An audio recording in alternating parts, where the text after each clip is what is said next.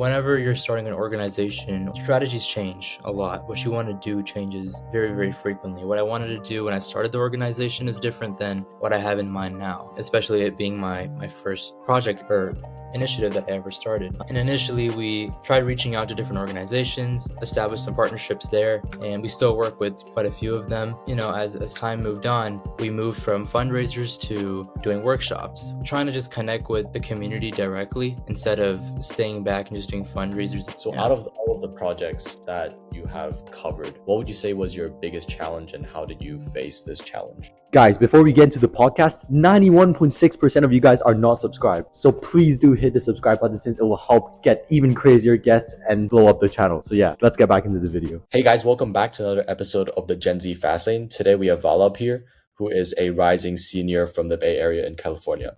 So Vallabh, why don't you do a brief introduction of yourself? Yeah, hey everyone, I'm Vallabh. I'm, again, like you said, I'm a rising senior from the Bay Area in Dougherty Valley High School, and I am intending to major in economics. I have a nonprofit of my own and trying to, join the leaders of America in the next few years. Nice, Vallabh. So if we first talk about, I guess, on your personality, how would you say you could describe yourself, like in a couple of words, just so the audience could know? I would say I'm pretty adventurous. I like to explore new things, and I'm also very optimistic. Whatever happens, we have a lot of stuff ahead in our future, so we could do great things no matter what. Nice. So with the overall podcast agenda, I think we can go from talking about some of your high school experiences first, and then we could also talk about your volunteering experience, and finally some, I guess, like future career paths and sharing all of your expertise on that. So starting off with your high school experience, I did search up DVHS when I was preparing for this pod on YouTube, and I actually saw one of your lip dub videos, and it actually looks like a pretty, fun and interesting school. How was your overall experience at this school? I think the school kind of gets a lot of hate, but I think it kind of shapes the person, and it shaped me and who I am today. So I really like the school. I like the environment that I am, and as long as you know what's the right stuff to do and know that you're not going to get carried away, it's a good school. It's a great environment. You'll make a lot of friends, and a lot of friends will stick with you for after high school and all that. So I think the school itself is really good. It's really fun. Obviously, things could be improved on, but it's the same with every school. So academic wise, I also saw that it was known as, one of the more, academically excellent Mhm. schools. So is that true in some sense? Is it really competitive, or how's the overall? I would say so compared to the other schools in our region as well. Our school is fairly competitive because everyone wants to do great. It could come down to demographics as well, but it's a pretty competitive school, I would say. Gotcha. So just now you told me that you were taking, I think, 5 courses right now. So what are those 5 courses that you're taking? For my senior year or the junior year? Just both. So we can start with junior. Okay, this year I took AP Physics Mechanics, which was a very hard course. I took Calculus BC, AP Seminar, which is honestly a fun AP, and the other one I took regular English. I'm not much of an English guy, but I am taking AP Lang next year, so trying to explore different things there. And then last one this year was AP US History. And then I do courses at a community college, so it's kind of like a dual enrollment. And this year I try to explore different things. Normally I stick to my business or like economics courses, but I explored to philosophy and I took an ethics course. I took it with one of my friends and we had some great discussions on that as well. Next year, I'm taking, as of now, AP Language, AP Statistics, AP Government, and then, uh, mm, honestly, I can't remember the rest of the courses, but it's like still 5 classes next year. And then at community college, I'm trying to do advanced a little bit in math. I want to kind of have a focus in college with statistics and econometrics. So right now I'm starting with multivariable calculus, and we'll see in the future, next few years, I'll take linear algebra and kind of get a better grasp of econometrics as well. Nice. So in terms of the courses that you took in your junior year, hmm could you provide I guess 1 sentence summary? Let's just say, for example, someone who's a rising junior and going to do these AP courses, what would you say is the one biggest takeaway for each of the subjects? Each of the subjects. I think whatever you do, obviously do as much as you can as long as you don't get stressed. Because the second you get stressed, you're not gonna be in the right direction. And if you're thinking of taking like a AP Physics Mechanics, which is one of the hardest classes, or even Calc BC for many is a very hard course. Just the more effort you put in and the more consistent you are with it, the better it is. Especially for physics, make sure you don't, something I did, just study right before the test. Make sure you're continuously preparing and covering the content, maybe even starting the content before the class goes over it so you have a better advantage. Small things like that will really help you gain an advantage in the class. Gotcha. So in terms of like the overall workload and I guess, your timetable that you use, could you like briefly break down, like what your daily day-to-day schedule looked like in your junior year? In my junior year, yeah, I again took 5 classes. So my school started at 8:30. I think California schools have a limit where you can't start earlier than 8:30, and then it ended. My school ended at like 1:50. Most people, their school ended at like 2:40 or 3:45 if they took like 6 or 7 classes. But yeah, I would get home and I would work on um, my community college course. And I'm not sure if you mentioned yet, but I run a nonprofit, and that takes up quite a bit of time working on communication with other partners, setting up workshops. And I also am a club leader for a club called Future Business Leaders of America, FBLA. And I was a treasurer, so a lot of accounting work there and also planning for our events. Nice. So let's just move on to talking about some of your nonprofits since you actually brought it up. So, in terms of your volunteering, you're currently the director of Open Arms Refugee, where you basically help economically disadvantaged family raise money, interview them on Refugee Voice, and they also have the ability to join entrepreneurship course. So, initially, what inspired you to start this organization? And could you also elaborate on what you're currently doing as well?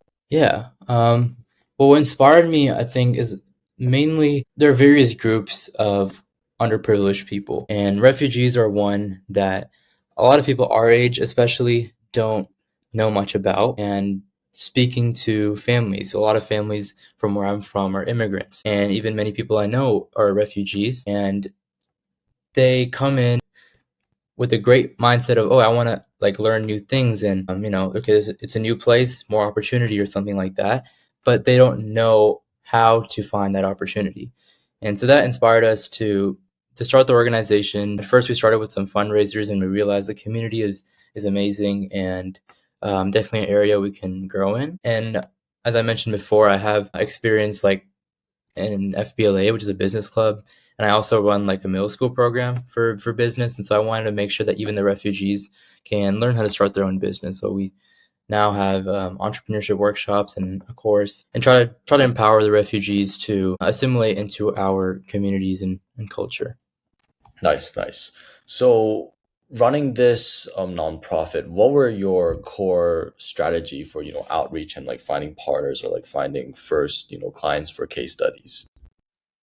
One thing that's really important is whenever you're starting an organization, or I'm sure you know with your business as well, strategies change a lot. What you want to do changes very, very frequently. What I wanted to do when I started the organization is different than what I have in mind now, especially it being my first project or initiative that I ever started. And initially, we tried reaching out to different organizations, established some partnerships there, and we still work with quite a few of them.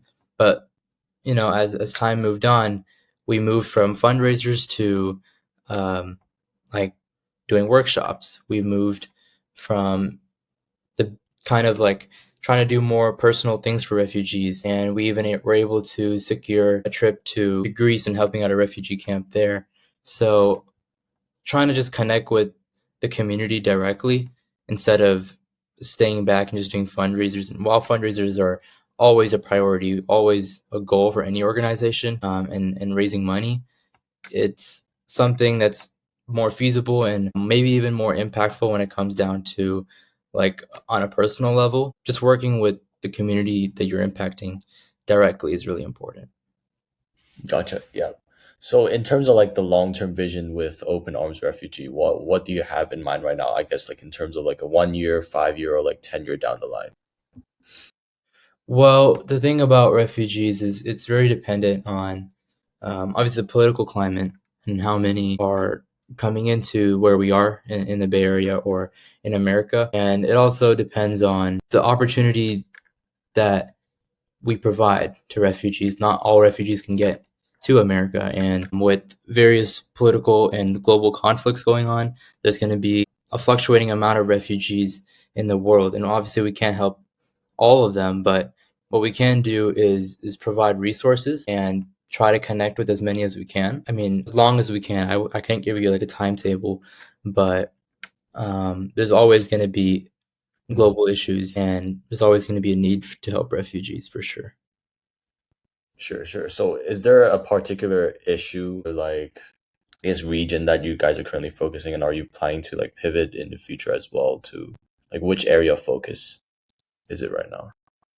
Right now, the main refugees that we have in our organization or we work with are from Afghanistan, and it was heightened after, I believe, in 2020 after the Taliban took over, and a lot of refugees came to the Bay Area, and they don't know English, they don't um, know the culture very well, and so very small things that we built upon and started like trying to improve the community and help them out. And even we're going to Greece, we're going to an island called Lesbos and a famous camp there, the Moria refugee camp, and also the center we're going to. A lot of them are from Afghanistan as well. And so I would say that's the main group, but we are not like exclusive to that group of refugees. We cover various topics on social media. We cover various conflicts that go on, and it's our duty to just help refugees in general because the problems we're addressing are for almost all refugees, and it's not exclusive to one group or one country. Yeah, sure, sure.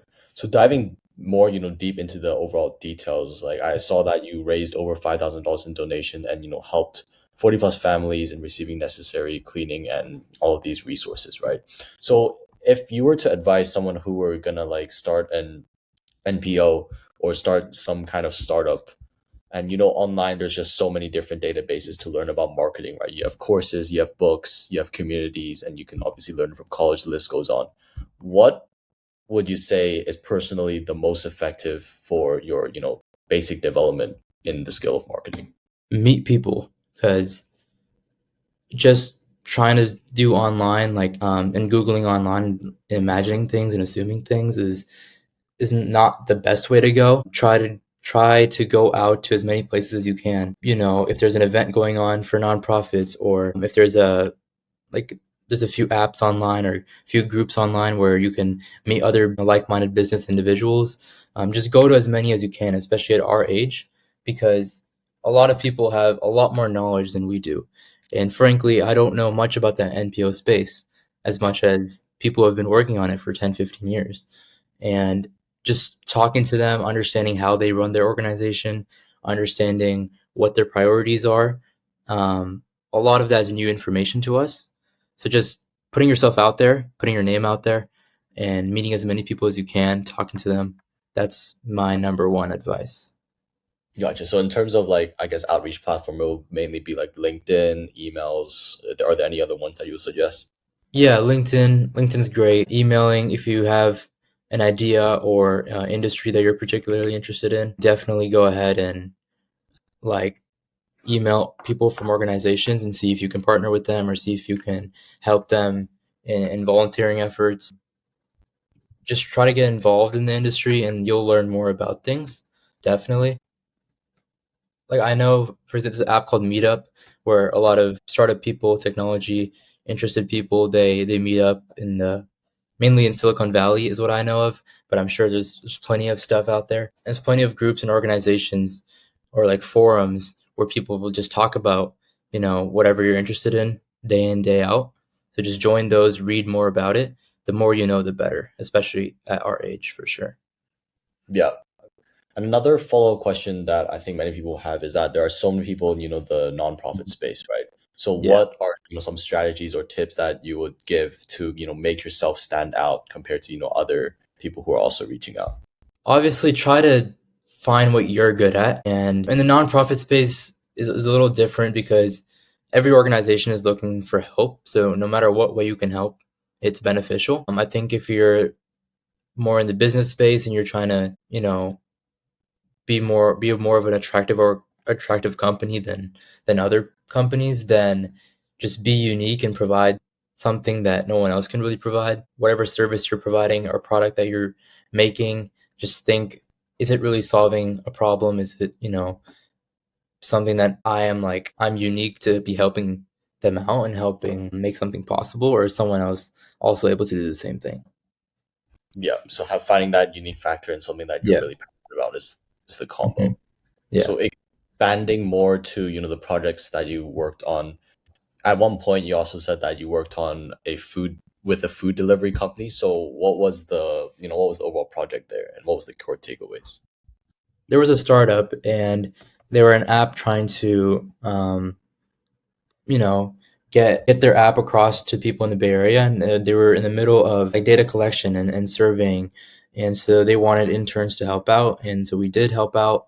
We went to farmers markets to do surveys, and we went to Reddit to our friends and try to do interviews for different people to try to collect different information. And honestly, like it's hard, and you need a lot of data in order to actually know what the trend is among the community. There's a lot of people out there, and many of them, even when you try to survey them or interview them, it's difficult because not everyone wants to just be interviewed, and like not everyone wants to provide information, and you have to be really persistent. Can't let a no answer like affect you, and it's just important to put yourself in that kind of position and explore different things, and then you'll understand with experience, like, okay, what works? Did the farmers market interviews really work, or did your friends give honest responses to the app, right? So once you start to do different approaches, the results will come and you'll learn as time goes on. Yep. So like this point of, I think, fear of failure is something that Yeah. many people, failure, fear of like putting themselves out into the field. So what was your overall, strategy to combat that fear in the beginning and, just do your own outreach and start your own projects? Well, at some point it's like the more you mess up on things, the more you realize that, okay, I'm actually learning things. And once you get that mindset of, okay, hey, I'm going to learn regardless of if I fail or if I don't. And like failure is not going to deter you from continuing to do whatever you're going to do, then just do it, right? You shouldn't let that affect you. Yeah. Yeah. Interesting, interesting. So, expanding on some other projects, would you like to also briefly, expand on what you're doing with, the dating app project and also what you did with manga web comics? Uh-huh. And obviously I can't name the companies here, but it was the dating app project was an interesting thing because it's a company coming into a different industry. It was a company from Europe trying to get their dating app across to America, and it's just different ways of a business. And as young as we are, we don't know all the different ways of getting into the industries that you want to, and the different approaches and different styles of leadership in different businesses are something that we should learn and be involved in. Moving towards like the webcomic company, looking at an industry where there's one main company like Webtoon, who is pretty much dominating the webcomic industry, and trying to put yourself out there and be unique. So what does the company want to do? What can be like a unique target audience? Like different approaches are very important. So again, if I was lucky enough to be like a part of like a consulting group, but if that's not something you can do, you can just email these startups. Startups will always be open to receive help from anyone, especially if it's like an unpaid intern, and you'll learn a lot no matter what. So put yourself out there, send that email that you to that company that's involved in whatever you want to be involved in, and it comes back to like the fear standpoint. Don't be scared for that, for sure. Yeah, so the power of asking for help, I think it's really powerful, and I think it's pretty underrated. Like I don't think many people are, asking for help. So for me, like personally, I've been also reaching out to people who are ahead in the path, in the marketing space. I think it's pretty useful just hitting up a LinkedIn DM, because if you think about it, they'll be very happy to help out, especially if you're a young person who's striving to be like them. So take advantage of that. So Yeah. out of all of the projects that you have covered, what would you say was your biggest challenge, and how did you face this challenge? Ooh, that's a good question. I would say for me, the biggest challenge, I'll start with my nonprofit, because running an organization in a niche kind of in market is pretty hard. And like I said before, what we want to do changes very, very frequently. And we never thought we were going to start our own podcast and interview refugees, because initially we thought refugees did not want to speak out. But the more you interact with them, the more you talk to the humanitarian leaders in that space, the more you realize that different things are possible and you can't, again, assume things. So the biggest challenge for us was really trying to find like our mission in a group of refugee space, a group of organizations, because different organizations, they already great in what they do, whether it goes to fundraising, whether it's trying to directly help refugees in the legal resettlement or with mental health help, and whatever we can do has to be like something that they're not already doing, and just finding that turning point of, okay, what can we do that other people aren't doing, is really hard. That was like our biggest challenge. Got it. So, yeah, talking about, this concept of AI, in the marketing industry, what do you think will be the biggest change for the next 10 years? Just, based on all the information that you have, intake. Oh, I mean, AI is crazy, yeah, for sure. Honestly, everything. AI is something that's going to be used, whether it's finance, whether it's, like you said, marketing. There's going to be a lot of advertisements of people that are not even real, right? We already seen some certain ads that are fully AI generated. So a lot of people will be like even fooled by advertisements, and it's a space, it may even be dangerous and a lot of false information. But AI, when put to good use with the correct regulations, I think will definitely advance marketing, because it will allow for more opportunities to create more things in terms of advertisements. But in terms of just digital advertising, there's a lot more volume of marketing that could be put out there, right? I mean, while I'm not really that much involved into artificial intelligence, I'm here to tell you that it has great potential, like everyone else is doing. And so if you're interested in learning any technical skill, first one on your list should be artificial intelligence. Yeah. So I was saying, in terms of the usage of AI in your student life and as a director of an organization, where do you see, like, where do you use AI most in your daily basis?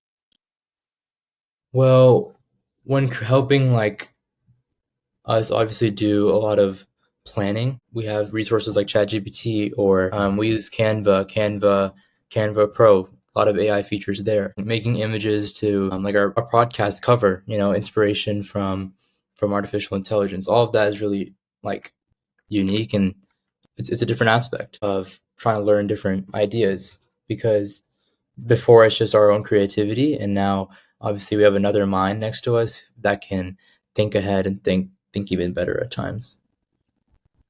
Yeah, sure. And I guess, like, talking about more of the future, like I think we discussed this before the pod, but where are you planning to, delve into, and in terms of also careers as well, not only university? Well, careers, I want to start a business someday for sure, and that is just because I want to make a direct impact into things that I do. So, and that doesn't come until I gain industry experience. Again, like I said before, the more information you know, the more experience you have, the easier life is and the better the opportunities you'll get. And for that reason, it's like just learn as many things as you can, talk to as many as you can, especially in college when there's so many different perspectives, different cultures, people from different places. And right now, my goal is to do just that, just meet people and learn from them, learn their skills and better myself. And then after that, explore my interests, whatever I feel like I'm most skilled at, the best industry for me to delve into. Like right now, I'm interested in real estate and in architecture or interior designing. And while I learn more about that, I'm just thinking in the back of my head, okay, hey, where is the possibility to make an impact? What are the problems in these industries?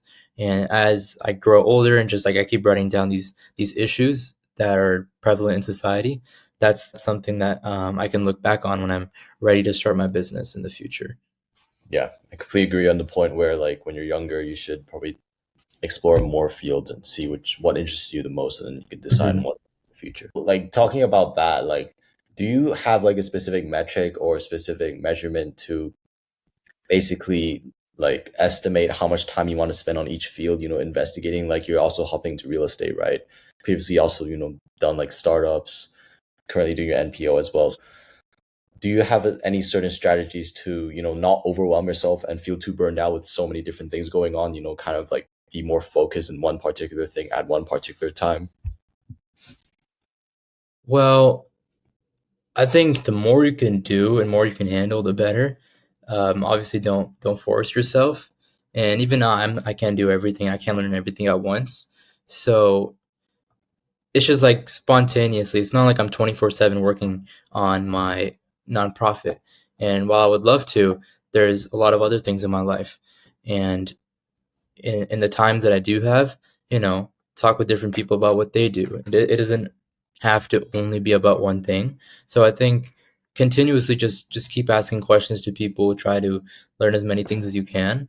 Um, and read, just read a lot of things online. Again, the internet has everything, but you never know when the right opportunity will come to you, and the idea that will perhaps make you a millionaire. Who knows? And maybe you never know when that's going to fall towards you. And so that's why, like, I wouldn't say there's a set time for anything. Just keep doing things, keep living your life, and things will come to you. Yeah. So in terms of like, the opportunities, what were also some strategies that you used to, know that it's the right time to, switch boats and like stop interning at this startup or stop working there and, do something else?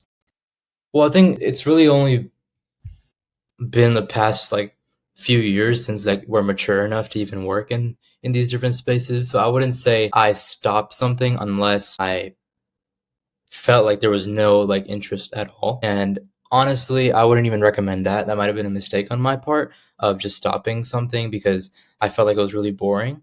Because there's, especially when it comes to business, there's so many different fields and like small things that are really important that even if you don't like a field, like if you don't like, for example, architecture, and you all of a sudden like construction, you won't know until you just keep staying in that like realm of things, right? So I would just say at this point in my career and my age, it's more important to put yourself out there and just try to, inform yourself as much as you can and gain as much experience as you can. So I don't think I'll stop whatever I'm doing right now, but I'll just continue until maybe I find something that is like an issue that I've found a potential like solution for, and I'm ready to start like right now.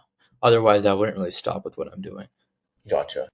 Gotcha. So I guess one last major question that I Hmm. had is that, as a teenager, we're all just exploring. You, you don't even know like sometime when some opportunities come over. So have you ever thought about what your overall purpose in life is? Hmm. Yeah, philosophical question. I love it. Oh, I would.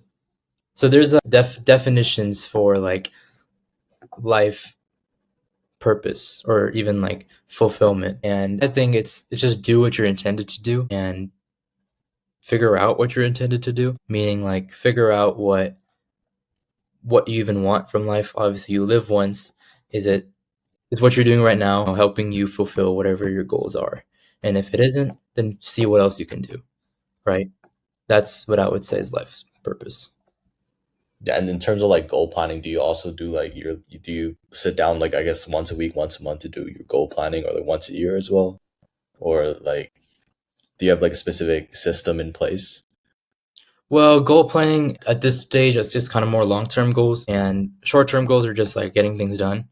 But it's a great habit if you, whatever you have. Me personally, I don't think right now, like, oh, I have to accomplish something by in a few months. And so for me, it's more like learn different things, have like explore this industry, explore this field, read about so and so. And until I can do that, I'm not going to start on my next set of goals. I don't want to pile myself like goals on top of goals, because while I want to do as many things as I can, obviously I'm one person and I can't do that, right? So be realistic with it, and then you should just dream big for sure. Yeah. I think that part of, still also like understanding that we're teenagers and like having this point of, just also having fun sometimes is also pretty good, because I think for Yeah. people who are watching this, they're probably in have like multiple founders, multiple, club owners or whatever. And it's sometimes overwhelming with the things that we do, but we still have to, have fun, I guess, at the end of the day.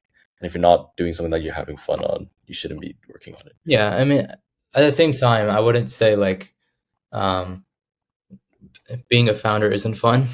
Being a founder is definitely really lots of fun, but just make sure that you don't put yourself in a stressful position like 24/7, because you won't feel the health stuff until you're like in your 20s. Like my mom's a doctor, she works in the medical field, so it's a constant reminder to be stress free and things like that. So just do what you enjoy rather than doing what everyone considers to be fun.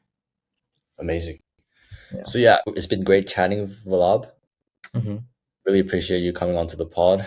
If you guys want to contact Vallabh, I'll put his Instagram or anything down below, and we will also create like a short Notion doc to just put some mini resources which we'll work on later on. But yeah, hope you guys enjoyed this episode. See you guys on the next one. Peace out.